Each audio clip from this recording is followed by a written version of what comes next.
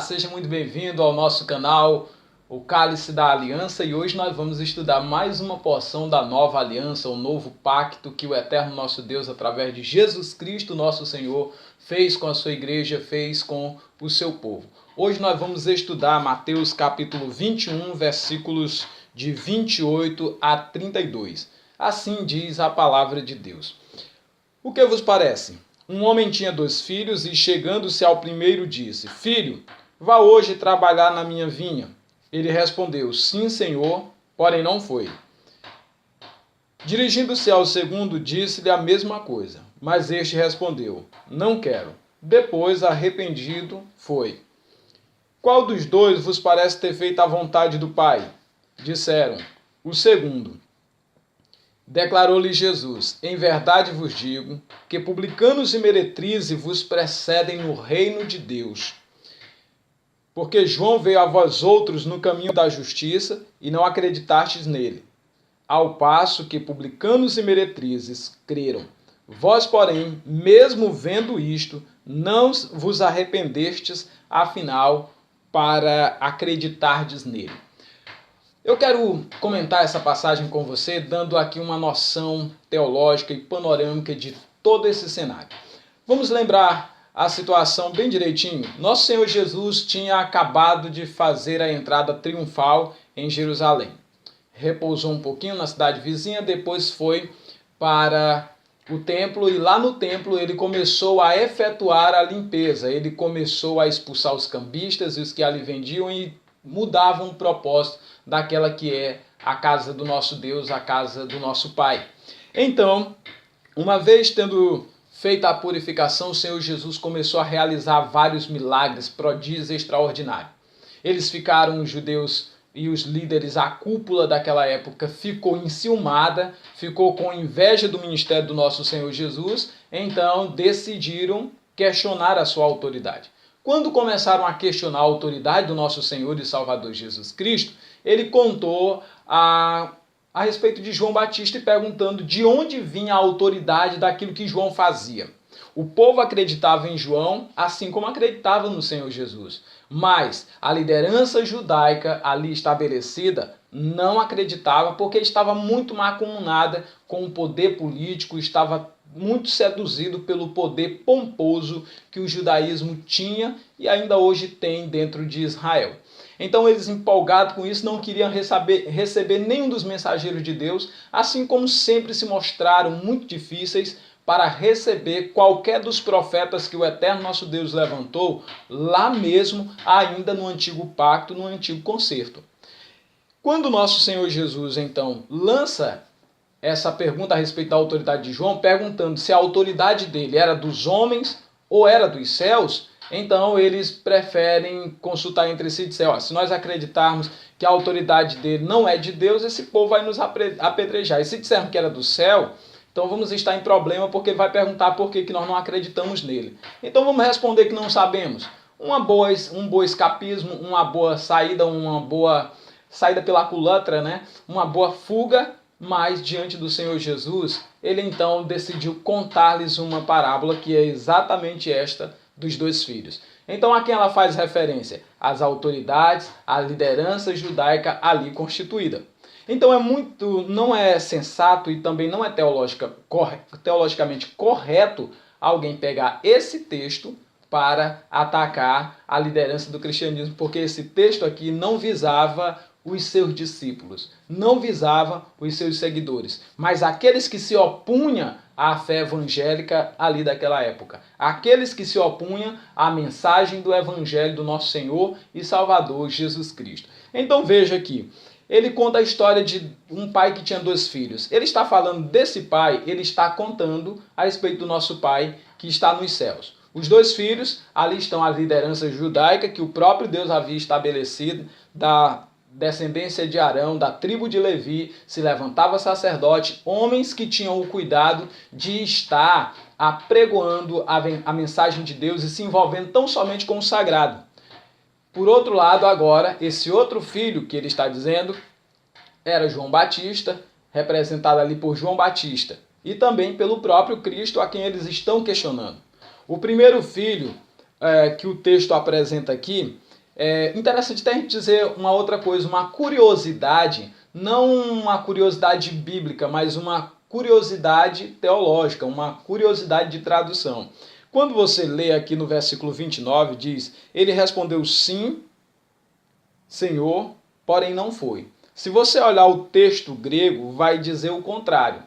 Vai colocar o versículo 30 no local do 29 e o 29 no local do 30, certo? Aí, nesse caso, a Nova Versão Internacional Inglesa, ela acertou. Não sei a tradução em português, que eu não tive a curiosidade de ir lá e checar ainda.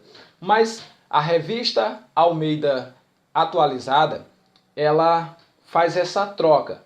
Acreditamos que por fim didático, mais por uma questão de cultura, adaptação à cultura, porque aqui no Brasil, mas o pessoal acredita que é mais forte o exemplo de você primeiro dar um exemplo negativo e concluir com um exemplo positivo. E aqui o texto começa falando logo de um exemplo positivo e depois conta o exemplo negativo, né? No original. Já na versão em português da Almeida Revista e Corrigida, ou atualizada, desculpa, ela já inverteu a ordem do original.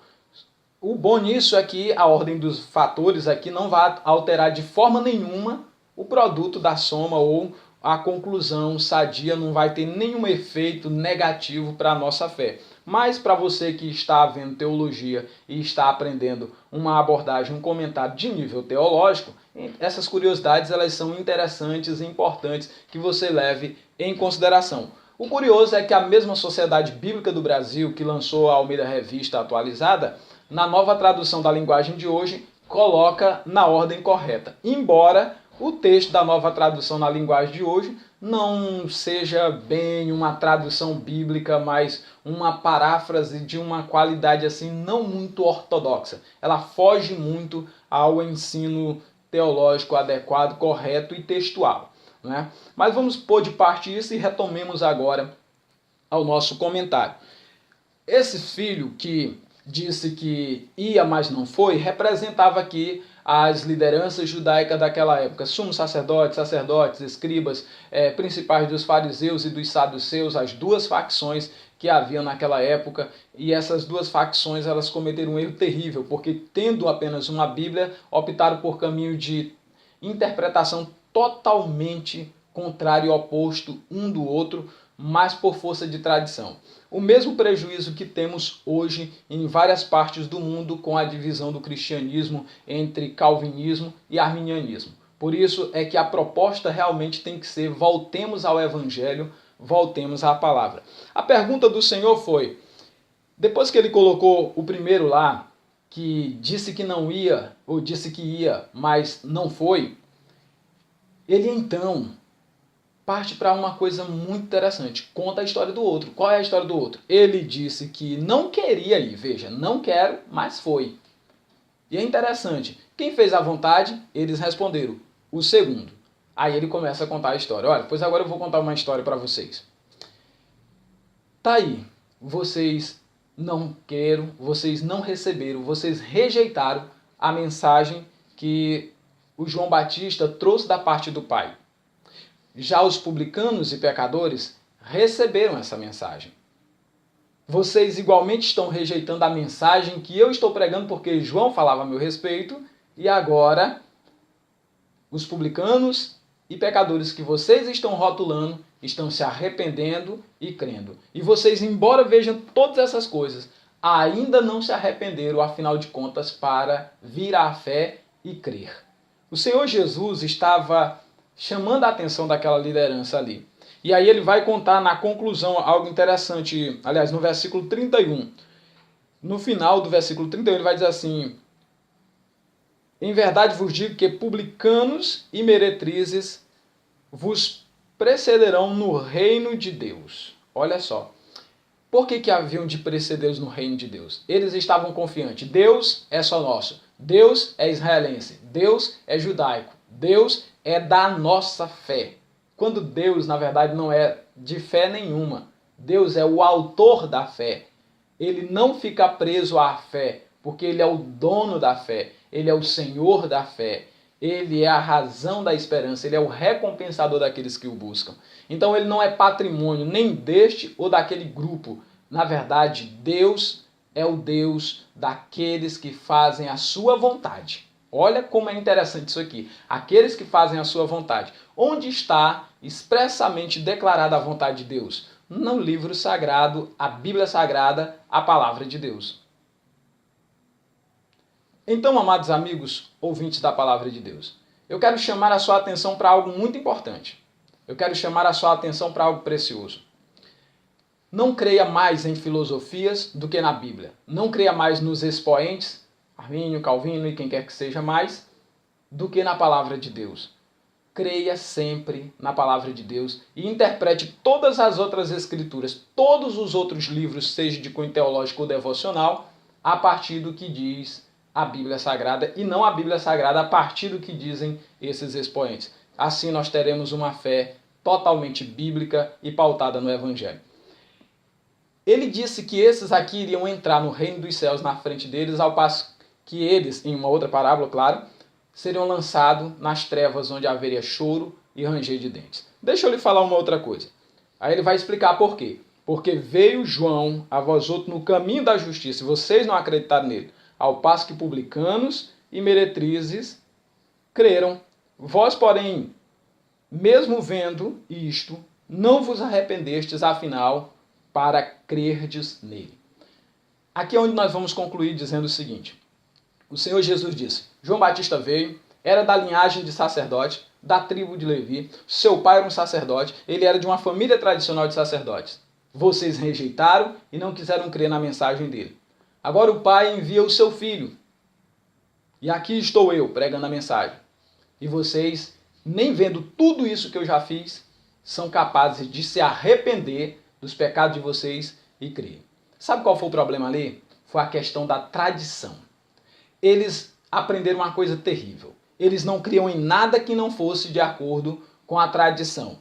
Fosse dos fariseus, fosse dos saduceus. É o mesmo caminho perigoso que alguns estão tomando. Não acreditam em nada que não seja de Calvino. Não acreditam em nada mais, nem tem disposição para aceitar que não seja de Armínio.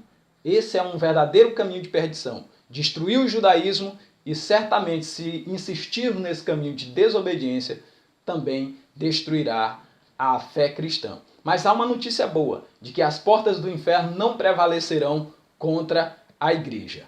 Então, olhe para esse texto e pense no seguinte, juntamente comigo. Toda vez que você olhar para esse texto, lembra, fazer a vontade do Deus que está nos céus, o Deus e Pai do nosso Senhor e Salvador Jesus Cristo, é mais importante do que fazer a vontade desse ou daquele mestre, deste ou daquele expoente da teologia, do líder deste ou daquele movimento. Ah, eu sou do movimento desigrejado. Ah, eu sou do movimento tradicional. Ah, eu sou do movimento pentecostal. Se você for de qualquer movimento, você vai perder a essência do Evangelho. Porque cada um tem os seus fins e para isso tem lá os seus meios. E todos nós precisamos nos adequar à palavra de Deus para atingir a finalidade e o ponto alto da nossa fé, que é fazer a vontade do Pai que nos colocou para trabalhar a sua vinha. E o mundo é essa vinha.